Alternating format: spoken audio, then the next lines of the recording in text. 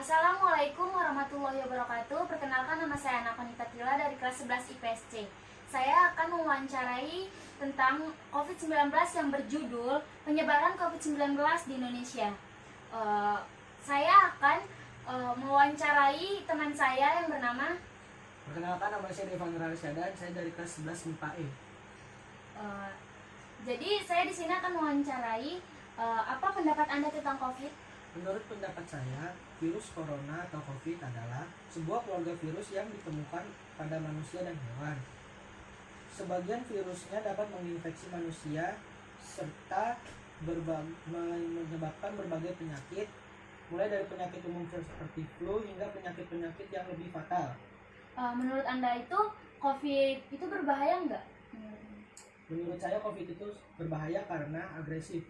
Virus corona merupakan virus tingkat penularan tinggi. Meski SARS dinyatakan virus mematikan, perbedaannya dengan virus corona ada pada kecepatan penularan virus. Virus corona menular lebih cepat. Menurut Anda bagaimana cara COVID itu menyebar? Ada beberapa faktor yang mempengaruhi penyebaran COVID-19. Yang pertama, tetesan kecil pada partikel pernafasan, transmisi udara, transmisi benda, dan tinja atau air seni. Menurut Anda apa gejala jika terkena COVID itu? Gejala paling umumnya adalah demam, batuk kering, dan kelelahan. Kalau gejala ringan? Gejala ringannya adalah hilang penciuman, sakit kepala, sulit bernafas, dan nyeri pada tenggorokan. Gejala beratnya? Gejala beratnya nyeri tertekan pada dada, hilangnya kemampuan berbicara atau bergerak, dan diare. Menurut Anda apa dampak jika terkena COVID itu? Virus corona bisa menyebabkan gangguan pada sistem pernafasan, infeksi pada paru-paru yang menyebabkan kematian. Jadi kesimpulannya kita harus mematuhi protokol kesehatan agar terhindar dari COVID-19 yang semakin meluas jangkauannya. Jadi sarannya adalah kita wajib mengikuti vaksinasi yang disediakan oleh pemerintah dan tetap mengikuti peraturan 5M. Terima kasih. Wassalamualaikum warahmatullahi wabarakatuh. Assalamualaikum warahmatullahi wabarakatuh. Perkenalkan, nama saya Anakonita Tila dari 11 IPSC. Saya akan mewawancarai tentang COVID-19 yang berjudul penyebaran COVID-19 di Indonesia.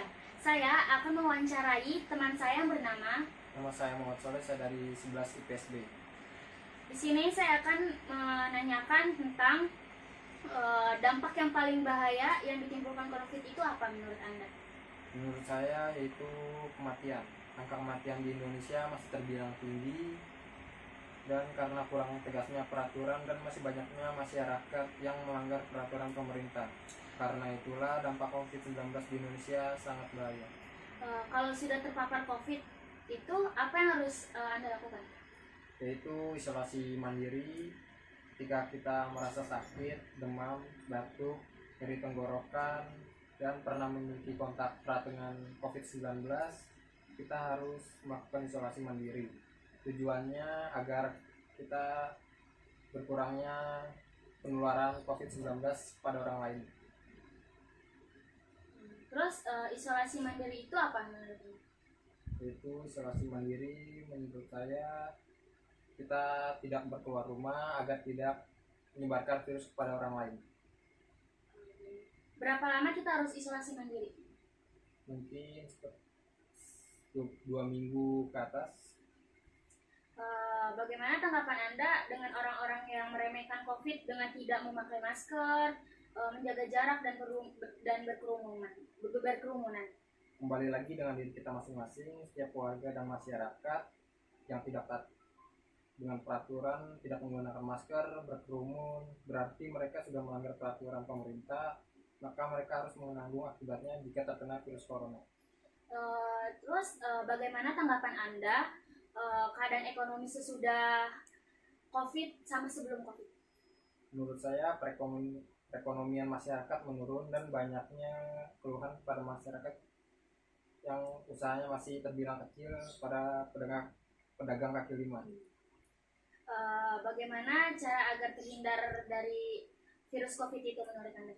Menurut saya, untuk mencegah penyebaran COVID-19 selalu menjaga jarak, menggunakan masker, dan tidak tampak sakit, kenakan masker di ruang publik, terutama di dalam ruangan atau jika kita berkeluar rumah, sebaiknya kita menjaga jarak, mencuci tangan dan secara rutin.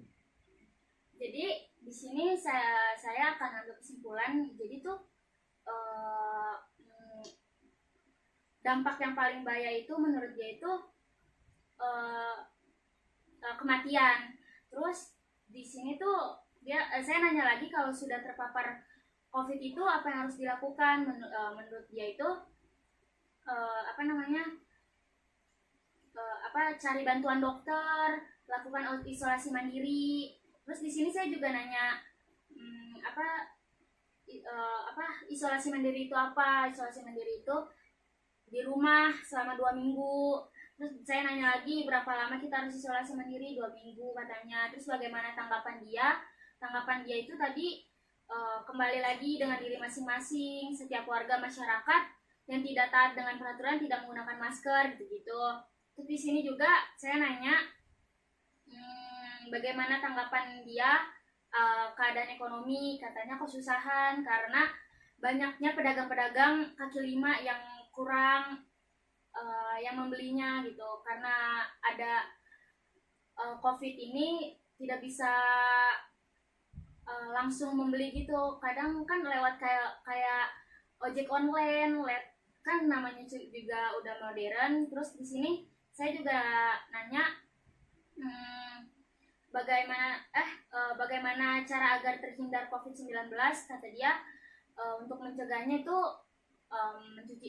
mencuci tangan, memakai masker gitu-gitu. Jadi saya mengambil kesimpulan di sini harus tetap ikuti protokol kesehatan. Di sini saran-saran saya, karena udah ada pemerintah udah mempunyai fasilitas vaksinasi, kita harus mengikuti peraturan pemerintah yang udah kasih kita vaksinasi. Jadi sekian dari saya, kurang lebihnya mohon maaf. Wassalamualaikum warahmatullahi wabarakatuh.